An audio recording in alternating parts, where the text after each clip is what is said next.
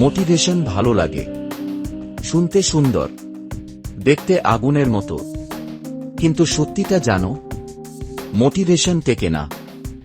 আজ একটা ভিডিও দেখলে মনে হয় হ্যাঁ, কাল থেকে জীবন বদলে দেব, কিন্তু দুদিন পর সব আগের মতো।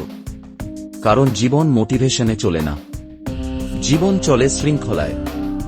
মোটিভেশন হলো ধাক্কা, শৃঙ্খলা হলো ইঞ্জিন।